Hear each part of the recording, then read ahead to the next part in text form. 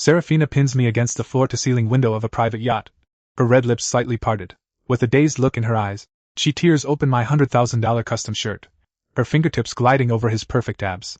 Your body is practically a work of art. But your bank account is 100,000 times sexier than that. Welcome to Windfall, Lord. An exciting story is about to begin.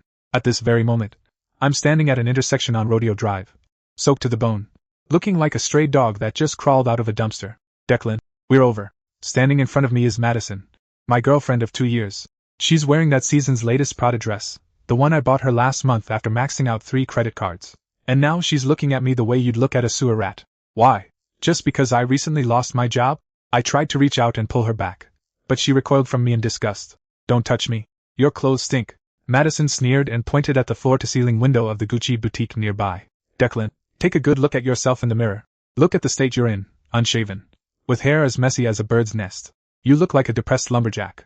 Honestly, your awful appearance disgusts me even more than your completely empty bank account.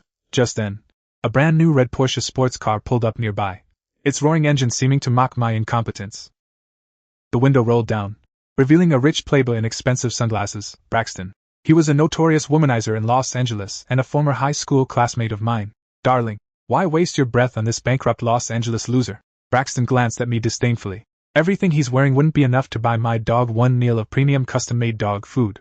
Madison immediately put on a coquettish smile and climbed into the Porsche's passenger seat in her high heels. The car sped away, splashing muddy water mercilessly onto my battered sneakers. I wiped the water from my face and pulled the limp wallet from my pocket.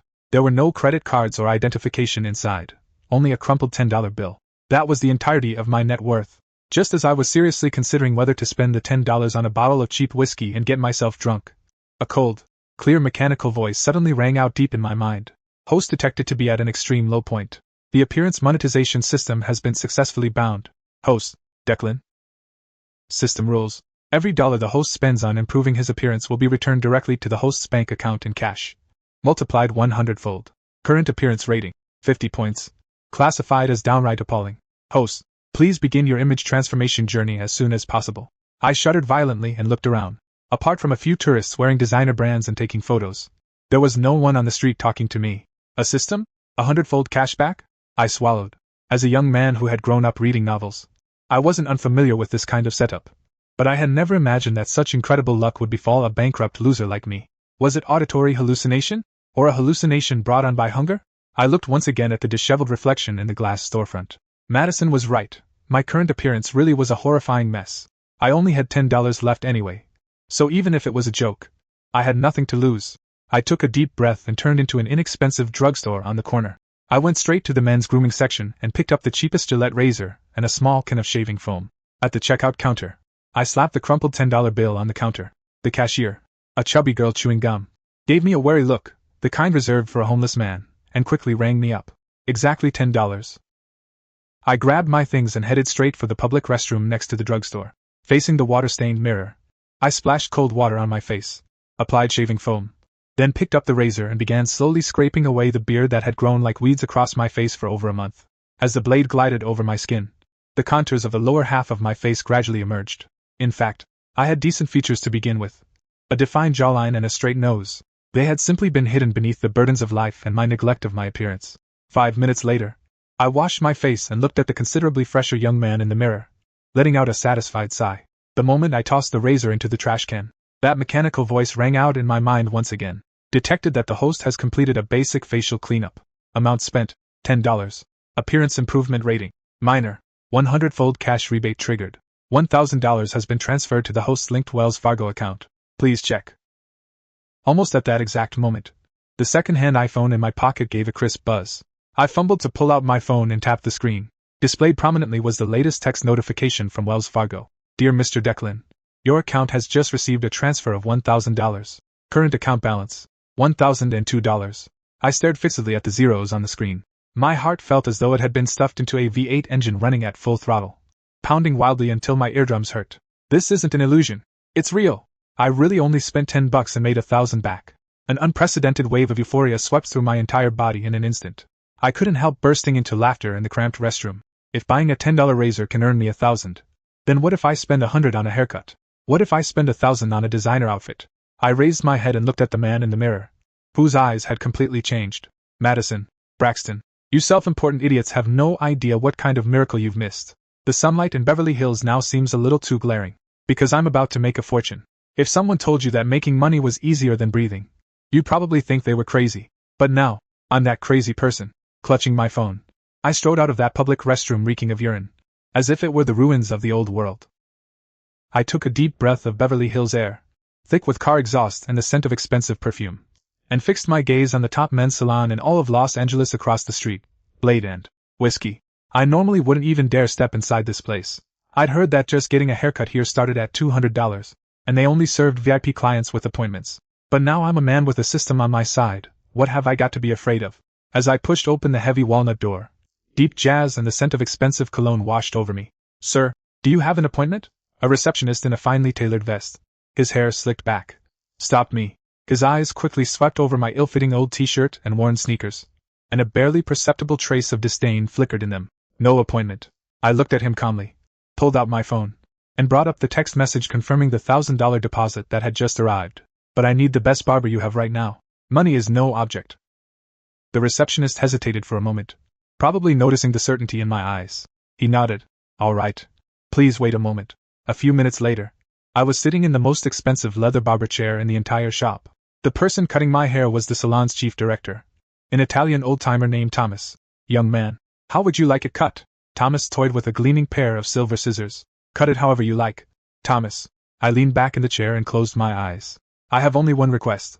Make me look like a billionaire who's always ready to buy up this entire street. Use the most expensive shampoo, the most expensive hair gel, and the most expensive treatment package you have here. Thomas raised an eyebrow, said no more, and began his performance. I have to admit, aside from being expensive things really have no flaws. An hour later, when I opened my eyes and looked in the mirror again, I could hardly believe my eyes. The disheveled, slovenly Los Angeles loser was gone. In his place was a sexy man with a perfect vintage slicked-back hairstyle, razor-sharp sideburns, and a deep gaze, combined with my freshly shaved jawline. My whole body radiated intensely aggressive masculine hormones. That'll be $500. Sir. The receptionist handed me the bill, her tone noticeably more respectful than when I had first walked in. Without hesitation, I pulled out that battered debit card and handed it over. With a beep, the payment went through. Just as the card reader printed the receipt, the mechanical voice in my mind arrived as expected. Host detected completing a premium top-tier hair treatment. Amount spent, $500. Appearance improvement rating, significant. 100-fold cash rebate activated. $50,000 has been transferred to the host's linked Wells Fargo account. 50,000. Good heavens! I fought down the urge to break into Michael Jackson's moonwalk right there in the shop and walked out of the salon, pretending to remain calm. But that was far from enough. A billionaire couldn't simply sport a great hairstyle while wearing cheap street market clothes. I went straight into a high-end bespoke menswear shop next door called the Soul of Savile Row. Welcome, sir. The store manager came over to greet me personally. Bring me the most expensive ready-made suit you have that fits my size. I want to wear it right now. I waved my hand grandly. The store manager was a shrewd man. He only had to look me over once before immediately understanding what I wanted.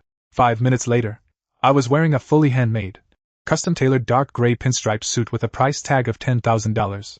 The suit was perfectly cut, its fabric crisp, instantly showcasing my broad shoulders and long, lean legs to their fullest. To complete the look, there was a pair of $2,000 handmade Italian leather shoes and a $5,000 entry-level IWC watch. That comes to $17,000. Sir, I swiped my card again, detected that the host has completed a full outfit upgrade. Amount spent, $17,000. Image improvement rating, extremely high. 100-fold cash rebate triggered. $1,700,000 has been transferred to the host's linked Wells Fargo account. 7 million. In just 2 short hours, my account balance had skyrocketed from $10 to nearly $2 million. I straightened my tie and looked at the man in the mirror, a completely transformed, irresistibly charming heartthrob. A cold smirk tugged at the corner of my mouth. Madison, it's time I showed you what a true monstrous sight really looks like. I walked out of the bespoke shop and happened to see Madison and Braxton coming out of a Hermes boutique across the street. Braxton was carrying several shopping bags, while Madison had her arm affectionately linked through his. When Madison turned her head absent-mindedly and her eyes swept across the street to me, she froze in place as if struck by lightning. She rubbed her eyes in disbelief, the eyes framed by delicate eyeliner widening like saucers. Declan? Madison's voice trembled. Braxton followed her gaze. When he saw my $20,000 outfit and a face handsome enough to make Hollywood stars feel inferior, his arrogant expression instantly turned the color of liver. I ignored their shocked looks, merely adjusting my cuffs with elegance and striding forward with composure. Like a true king, I walked straight past them. When I passed Madison, I stopped, tilted my head slightly, and said in a low voice that only the three of us could hear, "Madison, thank you for making this possible today. This outfit cost me $17,000. After all, but it suits me, just perfectly." With that, I paid no attention to Madison's face, twisted by overwhelming regret, and walked straight toward a Mercedes-Maybach taxi that had just pulled up by the roadside, leaving them with the sight of my haughty back. The game has only just begun. Having $2 million sitting in my account feels incredible. But the system's rules are crystal clear. Only money spent on improving my appearance can trigger 100-fold cashback. The suit and haircut are merely the outer packaging. The real core is this flabby body of mine, ruined by years of junk food and late-night gaming. I need the most intense workouts, the most scientifically formulated diet, and the finest personal trainer in Los Angeles. In other words, I need a legitimate reason to burn through vast amounts of money. The next morning, I sat behind the wheel of a brand new Aston Martin DBS and roared toward Mount Olympus, Beverly Hills' most luxurious private fitness club, the V12 engine growling beneath the hood. This was not only an exclusive training ground for Hollywood stars and Silicon Valley tech moguls, but also a secretive social playground for the rich and famous. Rumor had it that lifetime membership cost as much as $200,000, and that applicants had to undergo a rigorous background check. I tossed my car keys to the wide-eyed young valet at the entrance and strode into the club's opulent lobby. "Sir, do you have an appointment?" The blue-eyed blonde at the front desk gave me a professional smile, but there was a hint of aloofness in her eyes that seemed to keep people at arm's length. "No." I took off my sunglasses and looked her straight in the eye. "But I hear you have the best personal trainer in all of Los Angeles." "Gideon." "Right." The blonde beauty was slightly taken aback, then showed a troubled expression. "Mr. Gideon is indeed the best coach we have here, but he only serves top-tier VIP clients, and his schedule is already booked 6 months in advance." "Is that so?" I let out a cold laugh and pulled the black Wells Fargo top-tier American Express card from my pocket. "Then buy out his time. Also, I want to reserve your best private training area for a month." The beautiful receptionist stared at the black card and drew a sharp breath. She immediately called the manager's extension. Less than 3 minutes later, a chubby manager in a suit hurried over, beaming. "Sir, I'm the manager here. Are you sure you want to reserve the VIP training area? It costs $500,000 a month, and Coach Gideon's private instruction fee is $1,000 an hour. $500,000 to reserve the entire venue, plus another $100,000 in advance for Coach Gideon's guidance fee for this month." I interrupted him and handed over the black card. "Run it now." The manager's hands were trembling. He immediately took the card respectfully. A beep sounded. Detected that the host spent $600,000 on body sculpting. Image improvement rating. Epic. A 100-fold cash rebate has been triggered. $60 million has been transferred to the host's linked Wells Fargo account. $60 million. I forced down the wild elation surging through me and expressionlessly took back the card. A few minutes later, the manager personally led me to the VIP private training area on the top floor. It not only had the most advanced equipment, but also a wall of floor-to-ceiling windows offering a panoramic view of Los Angeles. Standing in the center of the training area was a heavily built black man, muscular as a statue from ancient Greece. He was Gideon. "Mr. Declan, Coach Gideon will provide you with a comprehensive body sculpting program." The manager nodded and bowed his way out. Gideon looked me up and down, his gaze as sharp as an eagle's. "Mr. Declan, you paid a hefty price for my time. I hope you won't be like those spoiled rich kids who start complaining about how hard and tiring it is after just 2 days of training. Bring it on, Gideon." I took off my jacket, revealing the tight athletic t-shirt underneath. "I want to turn this body into a weapon in the shortest time possible." Just as I was about to begin my first warm-up set, the heavy glass door to the VIP training area was suddenly pushed open. "Hey, Gideon, didn't I tell you to clear this place out during this time slot? I'm bringing a few model friends over to practice their squats." A brash voice rang out. I turned around and was astonished to see Braxton. He was wearing a flashy tracksuit, with 2 stunning blonde models following behind him. When Braxton saw me, the arrogance on his face instantly froze, replaced by disbelief and extreme embarrassment. "Declan? What are you doing here?" Braxton pointed at me as if he had seen a ghost. "This is the VIP area of Mount Olympus. How could a penniless loser like you possibly get in?" Gideon stepped in front of me expressionlessly. "Mr. Braxton, please leave. Mr. Declan has booked this entire area for a full month. This is private time." Braxton's face shifted between green and white, while the 2 models behind him looked at him strangely, as if the bragging he had just done had burst like a bubble. "You booked it for a whole month?" Braxton shrieked. "How is that possible? Madison dumped you on the street just yesterday, and you couldn't even afford a hamburger. You must have stolen someone's money." I slowly walked up to Braxton. Being half a head taller than him gave me the advantage of looking down at him condescendingly. "Braxton," I said, looking at his furious face as a mocking, cold smile tugged at the corners of my mouth. Yesterday, on the street, you said everything I was wearing wasn't worth enough to buy your dog a single meal of premium dog food. Today, I'm standing here, having booked the VIP section you've dreamed of. So tell me, who's the real penniless loser? You. Braxton pointed at my nose, his finger trembling. Yet he couldn't come up with a single word in rebuttal. Take your model friends and get lost. I patted him on the shoulder. Don't disturb my workout. Oh, and if you want to use the equipment here in the future, you can apply to me in advance. Depending on my mood, I might even let you touch those dumbbells. Braxton glared at me viciously and fled the VIP training area with the 2 female models, who were equally embarrassed. Gideon. I turned around and looked at the coach, who was built like an iron tower. Let's begin. As you wish, sir. A hint of appreciation flashed in Gideon's eyes. A complete physical transformation officially began. If the former me had been nothing more than a dust-covered rough stone, then after Gideon's devilish training and more than a month of lavish spending, I was now a black diamond, perfectly cut and gleaming with a deadly radiance. The 60 million balance in my account gave me unparalleled confidence, and that confidence, in turn, enhanced my outward bearing. My once slack body had now become the perfect inverted triangle, slim in clothes, muscular when undressed.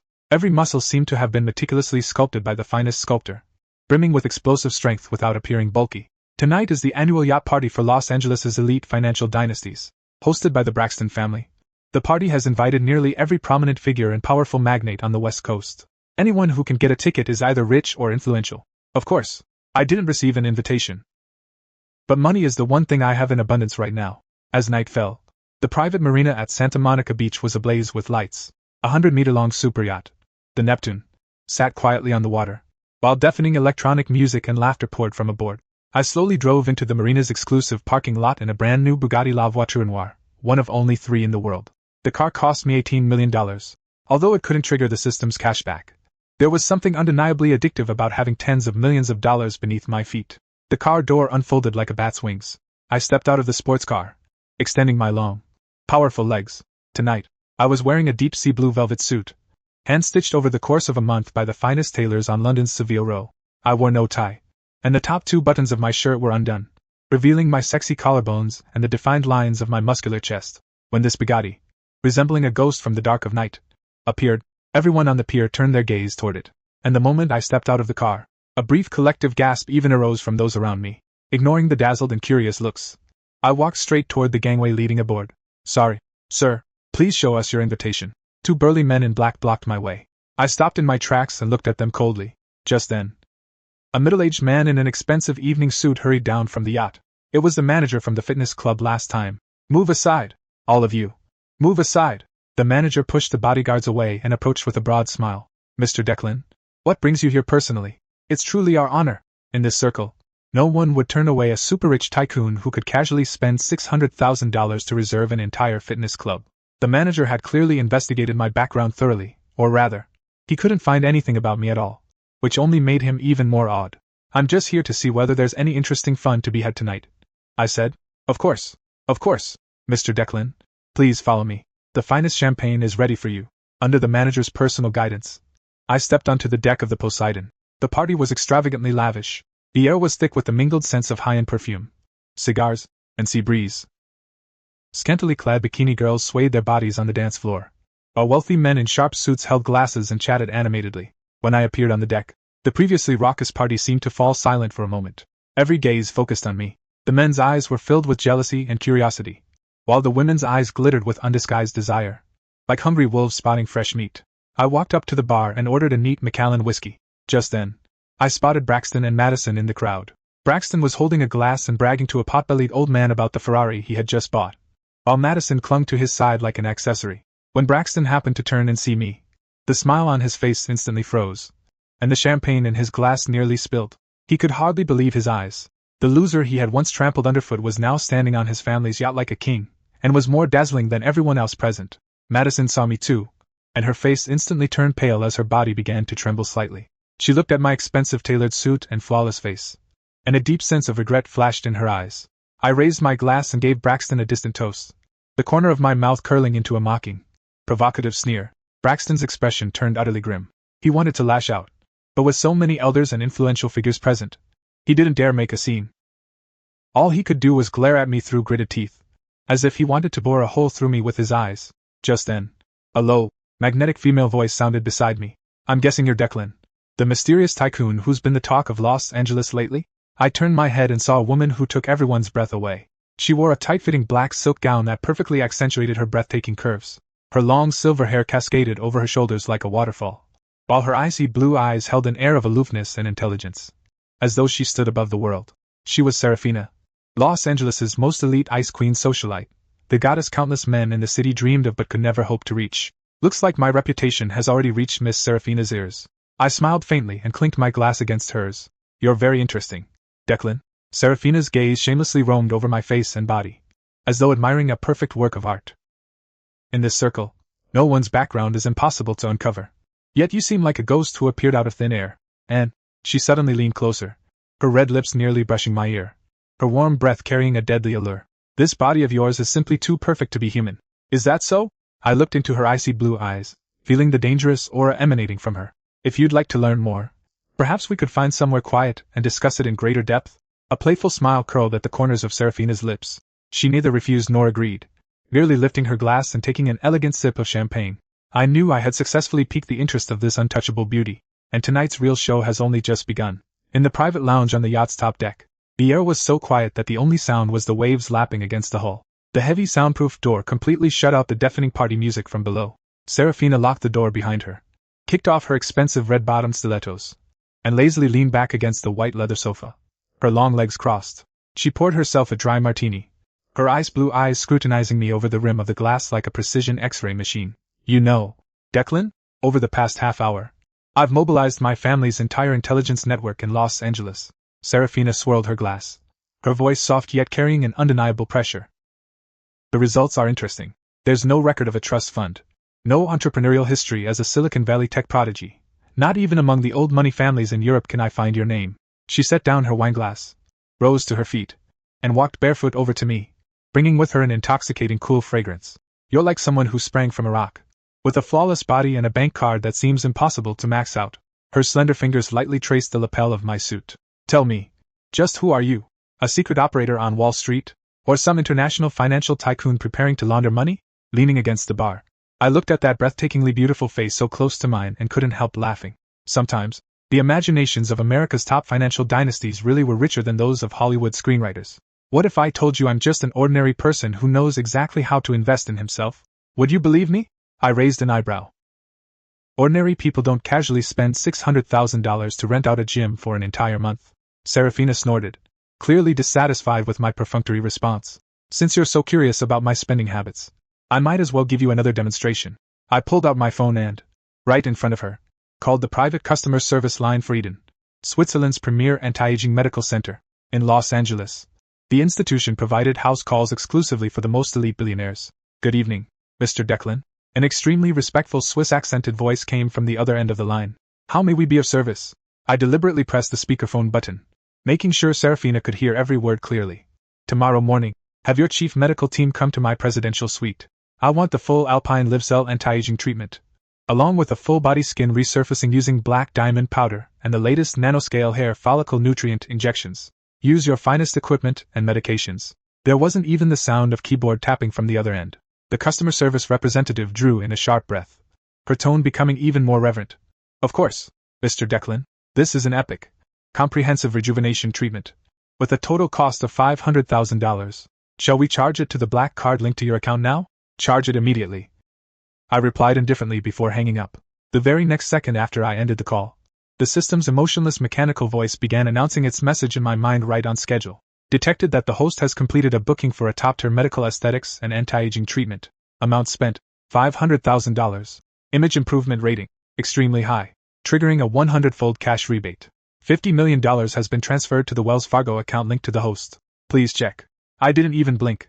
I simply picked up my whiskey and took a sip. But Serafina standing before me, whose face was usually as cold as frost, now wore an expression of unconcealed shock. $500,000? Serafina's eyes widened, and her voice rose slightly. You just spent the price of a fully loaded Rolls-Royce Phantom just to get your face and skin treated? Declan, have you lost your mind? As Los Angeles's most elite socialite, Serafina was accustomed to wealthy people throwing money around. Buying yachts, supercars, or even private jets wouldn't make her bat an eye.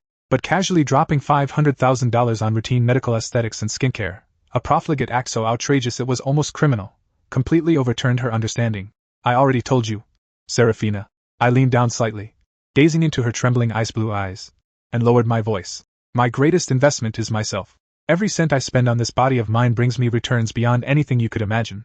She stared at me blankly, her gaze involuntarily lingering over my face. The perfect jawline, the smooth, poreless skin, and the thick black hair radiating a healthy sheen beneath the lights. She suddenly realized just what kind of terrifying fortune had been poured into building this body of mine. A body like a work of art. The coldness in Serafina's eyes melted away completely, replaced by a blazing fervor almost ravenous enough to consume someone. In a country where capital reigns supreme, the ultimate wealth and the ultimate perfection were, to a woman like her, the most lethal aphrodisiac. She raised both hands and cupped my face, her warm breath brushing my lips. I take back what I said. You're not some secretive power broker, you're a complete and utter madman. But I have to admit, this madman of yours has successfully whetted my appetite. Since that's settled, does that mean we're friends? I took the opportunity to put an arm around her slender waist. Friends? Serafina parted her red lips, revealing an irresistibly beautiful smile brimming with aggression. There's a charity auction at Beverly Hills tomorrow night. That idiot Braxton will definitely do everything he can to reclaim the dignity he lost tonight at the auction. Declan, if you can prove in tomorrow night's game of capital that you're not only wealthy enough to maintain this face, but also capable of crushing those old established families. She rose onto her toes and whispered softly into my ear. Then what we can be won't be limited to just friendship. I watched her sway out of the lounge, then touched the phone in my pocket, which had just received another $50 million. A bloodthirsty, icy smile curled across my lips. Braxton? An auction? Excellent. Looks like my ATM is about to start working overtime again.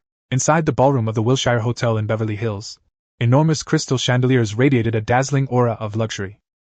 Tonight's charity auction had drawn the most powerful capital moguls, celebrities, and politicians on the West Coast. I sat beside a VIP round table in the front row, idly swirling a glass of cognac in my hand. Serafina sat at another table not far away, her icy blue eyes periodically sending me looks brimming with anticipation.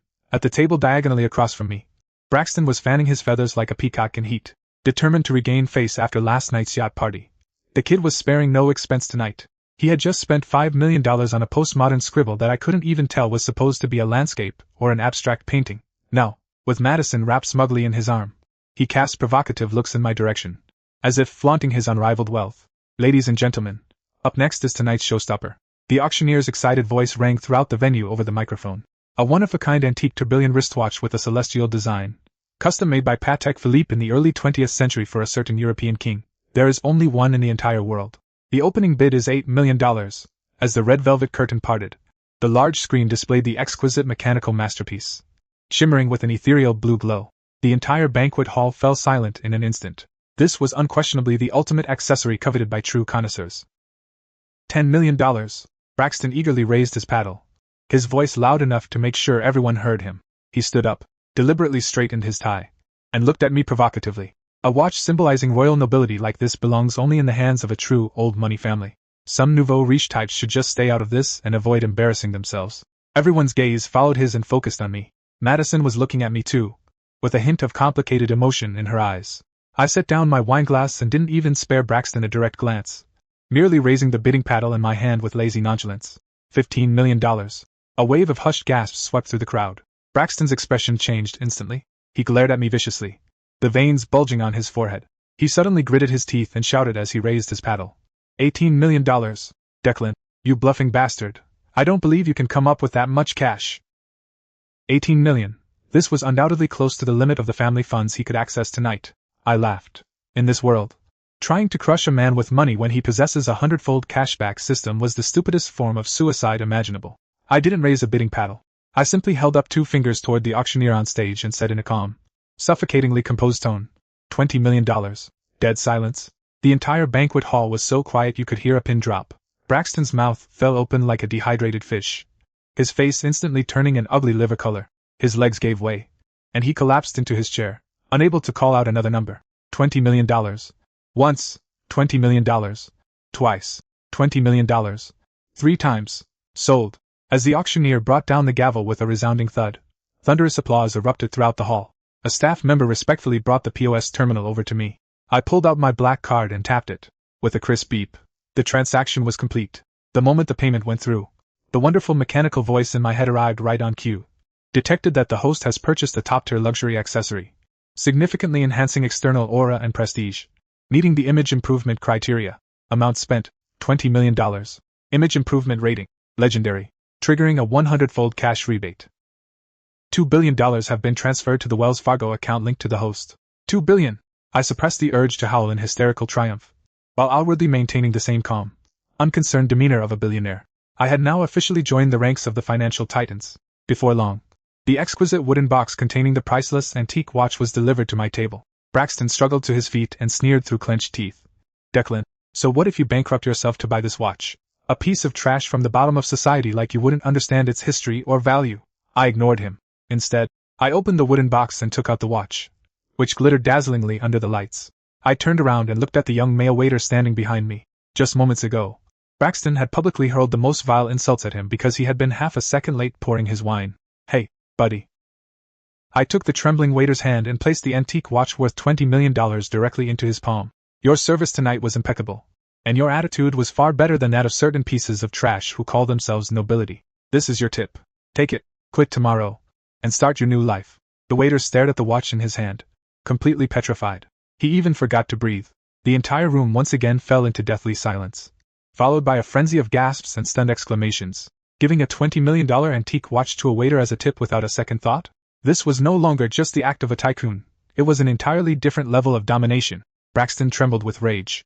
His eyes rolled back, and he actually fainted in front of everyone. Madison shrieked and rushed to catch him, making the scene utterly ridiculous. I smiled as I rose to my feet and straightened my suit. Amid the awe-filled gazes of everyone present, as though they were looking upon a god, I met Serafina's eyes. The icy socialite was staring at me. Her ice-blue eyes no longer held any probing suspicion. Instead, they burned with utter submission and fervent desire. 3 days after the auction ended, I moved into the top-tier private estate in Beverly Hills that I had bought for a staggering $100 million. The system didn't reimburse me for the house, but it didn't matter. My account now held a full $2 billion in cash, so spending this much felt as effortless as buying a hot dog by the roadside. During those 3 days, I had Gideon take complete control of the estate's security and daily operations. He was now my most trusted personal butler. At the same time, I spent another $10 million to have America's top image design team and Swiss aesthetic medicine specialists descend on the estate, where they gave me one final, epic, ultimate transformation. From trace element care for every strand of hair to millimeter-level fine-tuning of the muscle definition across my entire body. As I walked toward the enormous full-length mirror this morning, I had to admit that the person in the reflection had completely evolved to the absolute pinnacle of human appearance and physical prowess. This body has not an ounce of unnecessary fat. Every muscle looks as though it were carved from the purest marble of ancient Greece, brimming with devastating power yet so elegant it takes your breath away. My gaze is as deep as the Mariana Trench, and with the slightest lift of an eyebrow, I could make Hollywood's most elite leading men feel so ashamed they would want to crawl into a crack in the ground.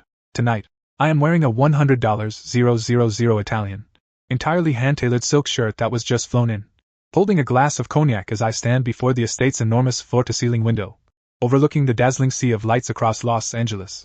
Sir, Gideon said as he pushed open the door, his deep voice echoing through the vast hall. Miss Serafina has arrived. I turned around. Serafina entered my view in a deep crimson haute couture slit gown as dazzling as fresh blood, her stiletto heels clicking beneath her feet. She looked like a queen carrying a lethal allure. The instant her ice-blue eyes met mine, they flashed with an overwhelming shock she could barely conceal. It seems your madness when it comes to spending money on yourself is far more extreme than I imagined. Serafina walked up to me and lifted her chin slightly, her gaze roaming over my face and chest like a thorn-covered rose, her breathing clearly growing somewhat rapid. I never begrudge investing in perfection. I smiled faintly and casually handed her a glass of champagne I had already poured. You didn't come looking for me this late just to admire my new walk-in wardrobe, did you, Ice Queen? Of course not. Serafina took the glass and casually set it on the nearby walnut table, her eyes glittering with the feral light of a hungry wolf. I'm here to deliver a plump piece of meat. The Braxton family lost all face at the auction that night, and their stock price plunged 15% as soon as the market opened today. I've already obtained the key evidence proving that the funding chain of their offshore accounts has collapsed. She took a step forward, leaving less than 10 centimeters between us. I could clearly smell the aggressive, high-end cool fragrance clinging to her. Declan, you have an immense, bottomless cash flow, and I have the sharpest capital scythe in Los Angeles. If we join forces, we can uproot the Braxton family at tomorrow night's gala and completely divide up their empire. That sounds like a good proposition. I lowered my eyes, gazing at her exquisite face flushed with excitement. But forming an alliance requires us to be completely honest with each other. Serafina let out a low, sensual chuckle. She suddenly reached out with both hands, grabbed the collar of my $100,000 custom shirt, and yanked hard, pinning me against the Manor's enormous floor-to-ceiling window. The glass behind me let in the chill of Los Angeles at night, while the woman before me was like a blazing inferno. With a sharp rip of tearing fabric, she pulled open my silk shirt without hesitation, sending the shell buttons, hand-stitched by master craftsmen, scattering across the floor. Her red lips parted slightly as she gazed dreamily at my perfectly sculpted pectorals and abs, now fully exposed to the air like those of an ancient Greek god. Her fingertips trembled with a kind of feverish madness as they slowly traced the knife-carved lines of my muscles. "Your body is practically a work of art," Serafina said in a voice hoarse with desire. She rose onto her tiptoes, her scorching breath brushing my Adam's apple, while her eyes gleamed with a dual obsession with flesh and money. "And your bank account is 100 times sexier than this." I wrapped one arm around her slender waist and pulled her tightly against me, feeling her astonishing curves as an utterly domineering, icy smile curled at the corners of my lips. "Since you like it so much, then let's use the most audacious way in Los Angeles to trample the entire West Coast beneath our feet." On this intoxicating night, the sparks between me and Los Angeles' most elite ice queen socialite, standing before the floor-to-ceiling windows, flared into a deadly blaze powerful enough to set the entire city alight. Tomorrow, Los Angeles would welcome a new king. Los Angeles' night sky was completely torn apart by hundreds of massive searchlights. Tonight, the Getty Center was hosting the nationally renowned West Coast Capital Summit Gala. Those allowed to enter needed more than money. They had to possess the absolute power to control the lifeblood of the city. When my bulletproof Rolls-Royce Phantom came to a smooth stop at the end of the red carpet, the media flashes on both sides erupted with the intensity of a supernova. The door opened, and I stepped out with measured confidence. Tonight, I was wearing a tailcoat personally custom-made for me by Tom Ford himself after spending a month in seclusion, crafted from the finest fabric woven with black and gold threads.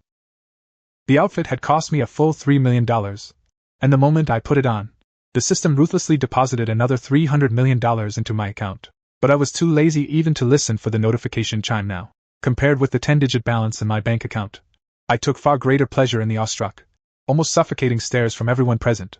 I turned around and extended my hand into the car. Serafina placed her jade-like hand, clad in a black lace glove, in my palm and stepped elegantly out of the vehicle. Tonight, she was as beautiful as a dark Athena, perfectly complimenting me. We were like an emperor and empress descending into the mortal realm, entering the resplendent banquet hall beneath the gazes of countless dignitaries lining our path. In the center of the hall, Braxton and his graying father, Richard, were holding wineglasses and forcing smiles like two stray dogs, desperately trying to find one last source of financial assistance. The moment they saw Serafina and me walk in side by side, the wineglass in Richard's hand slipped to the floor with a sharp crack and shattered. "Declan!" Braxton's eyes were bloodshot as he charged over like a madman. "You despicable bastard! What the hell did you do to our cash flow?" Madison, standing behind him, had become frighteningly gaunt, dressed in a cheap, out-of-season gown. She stared at my godlike, flawless face and incomparable presence, her eyes brimming with tears of despair and regret. "Watch your words, Braxton." I did not even look at him, merely toying condescendingly with the $1 million pink diamond cufflink at my sleeve. "Young man, the waters in Los Angeles run deep. A little nouveau riche luck won't be enough for you to swallow this place." Old Richard strode forward, forcing himself to remain calm, attempting to use his old money family's legacy to intimidate me. "Our family has been operating here for half a century. I think that 10 minutes ago. You couldn't even afford the suits on your backs anymore." I cut him off coldly and snapped my fingers with a sharp crack. Serafina played along perfectly, pulling a document from her expensive Hermes bag and flinging it straight into Richard's face. "Use those clever heads of yours and read this carefully." Serafina's voice was like the icy winds of Siberia. "Mr. Declan has just deployed $1.5 billion in cash to acquire outright the 3 shell companies at the bottom of your family trust, and has wiped out all your family's bad debts on Wall Street in one fell swoop." I watched the father and son's faces turn as pale as paper in an instant, a bloodthirsty, cold smile curling at the corners of my lips. "Simply put, the family empire you're so proud of is now entirely under my name, and you're not only bankrupt, but because you're suspected of serious financial fraud. FBI agents will be coming to invite you for coffee when the sun rises tomorrow morning." "No, this is impossible. Where did you get so much cash?" Richard clutched his chest and collapsed to the floor, gasping for breath. Braxton completely broke down, his knees buckled, and he fell to the ground, sobbing uncontrollably. Madison, meanwhile, rushed at me like a madwoman, trying to grab my trouser leg. "Declan, I was wrong. Please, forgive me. You're the only one I've ever loved." "Get lost." Before I could say anything, Gideon's tower-like frame had already stepped in front of me. He lifted Madison up like a chick. Don't let your filthy hands touch Mr. Declan's $3 million pants. I didn't even spare a glance at the three losers being dragged out by security like pieces of trash. In this capitalist jungle where the strong prey on the weak, there is no mercy, only submission.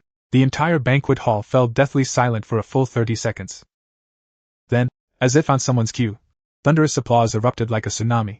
Every top tycoon and politician in Los Angeles raised their wineglasses toward me, their eyes filled with fervent adoration and absolute awe. Beneath the dazzling crystal chandelier, I turned around, wrapped an arm around Seraphina's slender waist, and pulled her into my embrace. Looks like Los Angeles is getting a new master tonight. Her ice blue eyes gleamed with utter infatuation as her slender arms curled around my neck. No. I lowered my head and, under the watchful eyes of the most powerful elite in all of America, domineeringly kissed her luscious red lips. The entire West Coast. This is my story, a bankrupt loser once trampled underfoot on the streets of Beverly Hills, who rose to the top step by step with a $10 razor and a system that refunded purchases 100-fold. And my journey to becoming a tycoon has only just begun. The end.